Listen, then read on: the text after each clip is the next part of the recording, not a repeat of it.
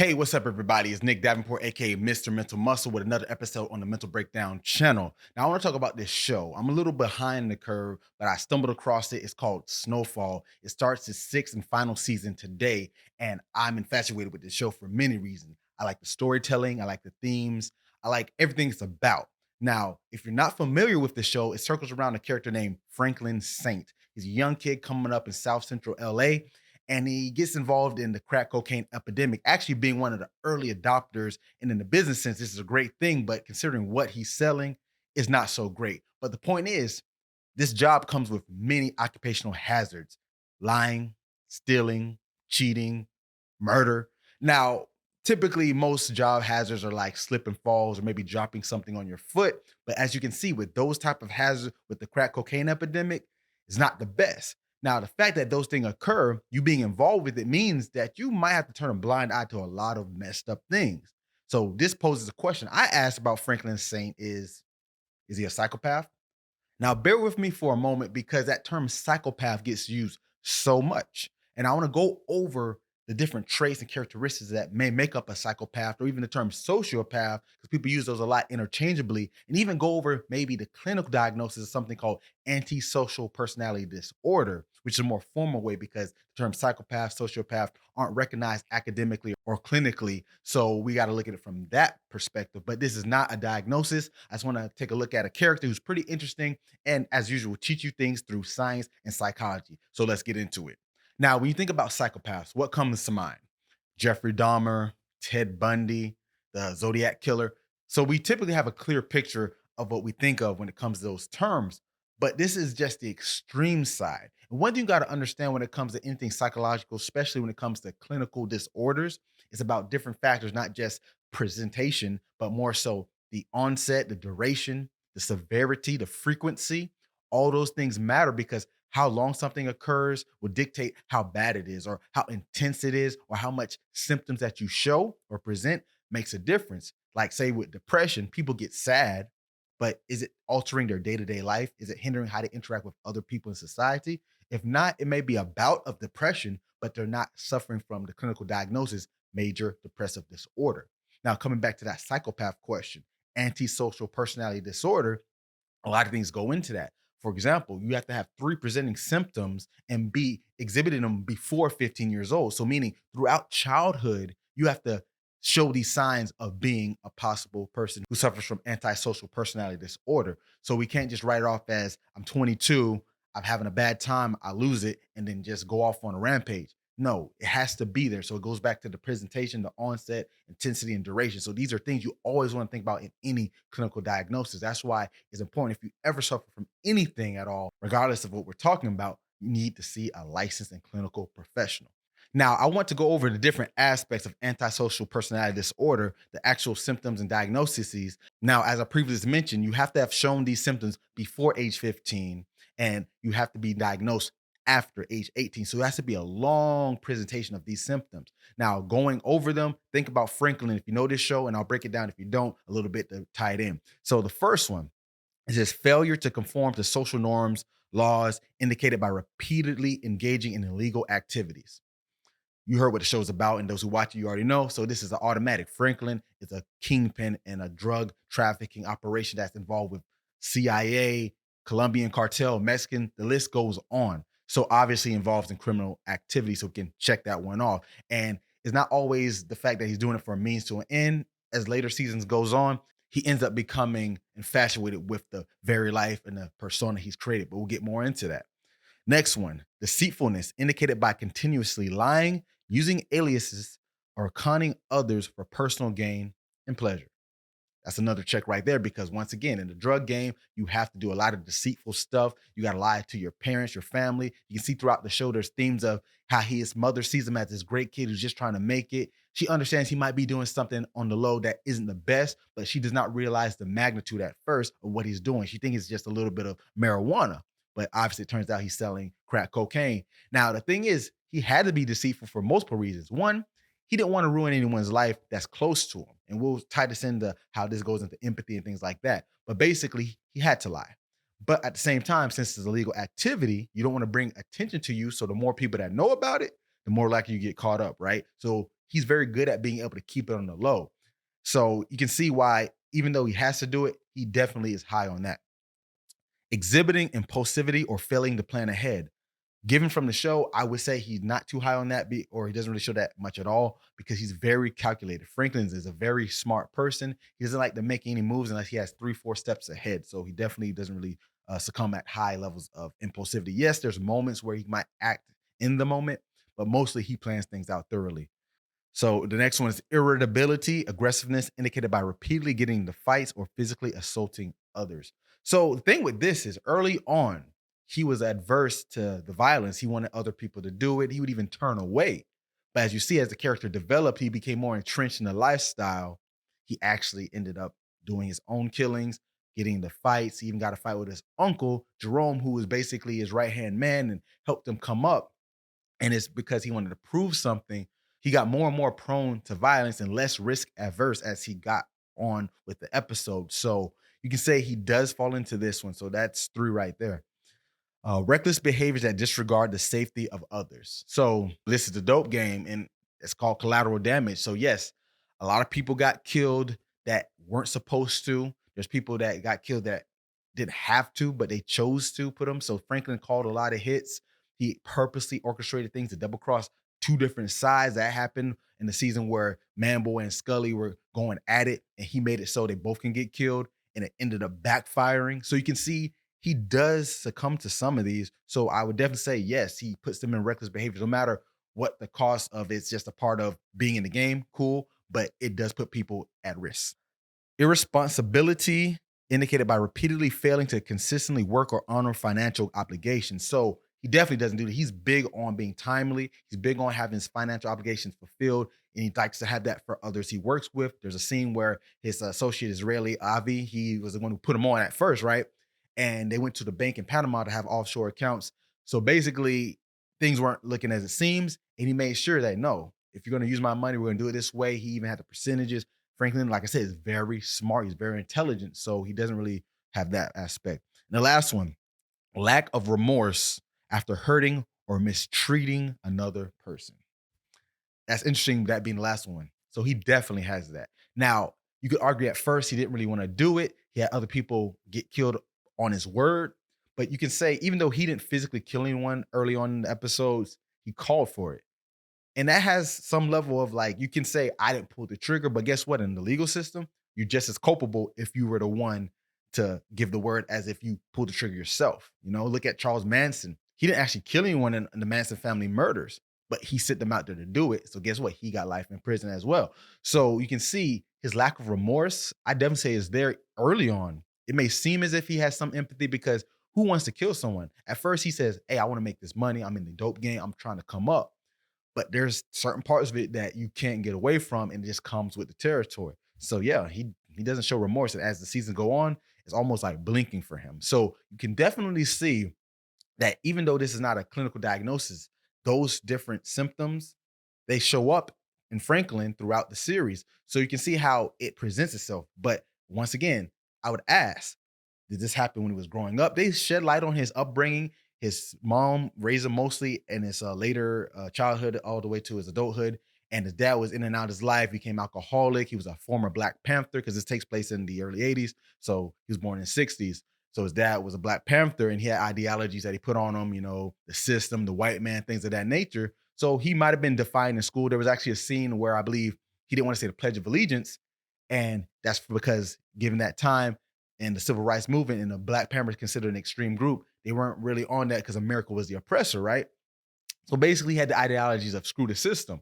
So you could ask, was that because Franklin was a bad kid? He wanted to disobey his teachers, or he was just doing what his dad told him. And the scene showed his dad come to school and get him and saying, hey, I taught him that.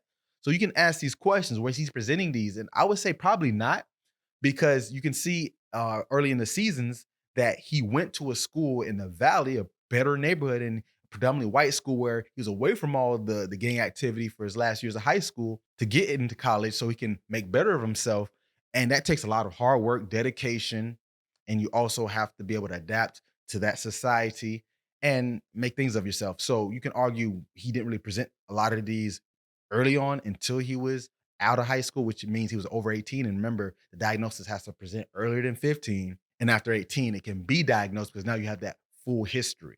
So off of that, I would say no. Like I said, I'm not a clinical psychologist. I was in that realm for about 2, 3 years, but I didn't finish it. And I went into applied psychology. And this is what this is about, applying it to the show, making sense of it so you can understand it better. So with that being said, though, psychopath versus sociopath. Like I said, these terms always get used interchangeably, but they're slightly different. A psychopath is a person who just has no remorse. They're going to do what they're going to do strictly for their own being. They typically don't have a moral compass. There's no rhyme or reason. Now, a sociopath, they have those traits as well, but they do have a moral compass. You can see this in the show with Franklin because the sociopath, their moral compass may be either skewed and they think something that's considered normally bad is good because of their justifications, or they'll reiterate the whole scenario as a system that makes sense. And Franklin does this a lot because, like I mentioned, he went to school, he tried to get into college, he went for a while, it didn't work out. So he saw it as he tried it the right way. The system doesn't work, so I'm going to play the system. He says this numerous times throughout the show that I'm going to use my ways in their system.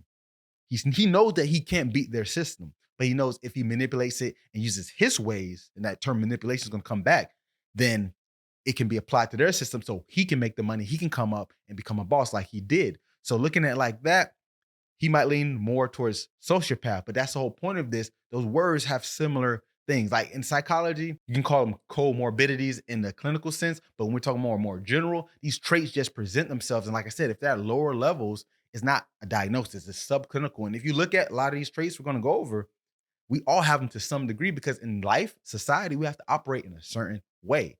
So that brings us to the dark triad. Now, the dark triad, I talked about this numerous times on this channel, and it's one of my favorite things to talk about because it's so interesting. The dark triad is 3 different traits, that's the name triad, that are associated with psychopathy. And even one of the specific traits is psychopathy. And the other 2 are Machiavellianism and narcissism. So you probably heard of some of these terms before. So let's go over each one and see how they tie in. Because the point of this is if you're low on it, we all have some. Think of it as a spectrum. We all have something on this spectrum. We might be closer to the low side, we might be closer to the high side, but we fall somewhere on it. Now, the higher on these, you don't want to be high because these are not the best traits to have. But you can see when I explain them how they make sense in certain situations. And going back to Franklin, it makes a lot of sense. So the first one, narcissism. I'll outright say he is definitely low on that, and this is why. A narcissist is not just someone who wants to be center of attention. Everyone wants to look at them. They think the world revolves around them. They think they're a god. They think people should praise, cater to them. Now, you can argue there's sometimes where Franklin does exhibit some of this, and he does, because at first he's kind of humble. He's like, I got to work my way up, and he's a hard worker. But when he gets to the top, he's still a hard worker, but he sees himself as a kingpin. He knows that he's made millions of dollars on the regular. It's nothing to him. So he knows people need to respect him in a certain way. You can chalk that up to this being a street game, and that's what it's about. Because as soon as you lose respect, people try you, they rob you, they kill you, and you're out of there, right? So I don't really think he's high on that at all. He shows some traits because you have to have some, even me, even you, because you have to go in there with confidence. You have to think, hey, I got to make it happen because innately you do have to look out for you. So he's very low on that. So I don't think this is a trait that he exhibits to a high degree. Now, the next one is Machiavellianism. You may not be as familiar with this one as the other 2, but this is named after Niccolo Machiavelli, who wrote a book called The Prince. He was a philosopher, Italian guy who basically taught people how to be deceptive in order to gain power. So that's what Machiavellianism is, being able to manipulate, lie, be deceitful. And he definitely is extremely high on this. I feel this is the highest he's on because remember, going back to coming up, he had to lie his way, try to finesse, try to trick people, try to do things so he can come up at the low levels. And he had to make a lot of partnerships. A lot of things were going on. He was very manipulative, getting his goons and his guys to do things. He even had one character take a rap for the murder of a child so he can keep his best friend out of jail when he's the one who actually killed them. So he's manipulating a lot of things for the greater gain. So when we think about Machiavellianism, this is a person who will lie, cheat, steal, in some cases kill. In this case with Franklin, to get what they need to get power. If you look in the regular world, you can see this with CEOs. Think about it. Now, you talk about psychopathic tendencies, a CEO, you're like, there is some similarities because to be a shrewd businessman, you have to make money. And sometimes money comes at a cost, literally. So you have to step on people, use people. You see the similarities. Politicians, and that still comes back to money in a sense because they raise money for the campaigns, but they had to get you to believe in them. Think about it. If you're running for office, whether it's president to city council and everything in between, you got to get people on both sides to feel where you're coming from. Now it's hard to get that, but sometimes you have to say what you want to one side and say what you want to the other, so they both can think, "Hey, he's here for me." And he does that a lot throughout the show because to come up in this game, you have to lie, you have to be deceitful. And like I said, going back to the scene where Scully and Manboy were going at it, he literally pitted them against each other to kill each other so he can be the one leading the block and basically getting his competition out of there. Because while they were working under him or with him, they got to the point where they become a nuisance and it was messing up his money. Forget about the lives on the street and all that stuff. Now, the last one, psychopathy. This is a person who has no remorse. They don't really care of the outcome of their actions. They're really self-focused. It's not necessarily because they believe in some sort of cause. It's just the fact that they want to do what's best for them. Now, also with psychopaths, they're able to blend in and say what people need to hear if they're interacting with others. They kind of mirror what the scenario needs because they need to stay under the radar. They're not really someone to get close to people. Now, you look at Franklin, he has numerous close people, not a lot, but you could argue that he does have emotion. You can see him cry in certain scenes. So this doesn't seem like someone with psychopathic tendency. Now, it doesn't mean they can't show emotion, not at all. Usually, when it is shown, it's more personal to oneself. That's why a serial killer could love their mom and dad or the brothers or family, whatever, or their wife, but they can kill a bunch of innocent people for no reason because that matters to them. Even though it's external because it's their family, it's their family, meaning that it matters to them. And so that's something they care about, but they can still go out there and do things heartless and not worry about what's happening to the external factors. Now, I would say he's moderate to that, maybe even high moderate, but I wouldn't say he's full on psychopath in the trait form of it. So I would give him moderate to that. Now, if you look at it from an informal standpoint, I saw a documentation where it said if you have two of these three dark triad traits, you're more so a sociopath. And if you have all three, you're a psychopath. So I'm not sure how deep that can really go, but I can understand why, because someone who has all three, they're going to be a lot more dangerous and harder to deal with because if they're high on all three, there's no telling what they could do. Now, with a sociopath, we talk about this. A lot of people say they're more irregular. At least with a psychopath, you know what you're getting. But sociopaths can shift because their moral compass can change. And as you see in the show, it did change a lot. First, it was I'm doing it for the people, like some kind of hood Robin Hood, right? Making his money. But then it became about beating the system.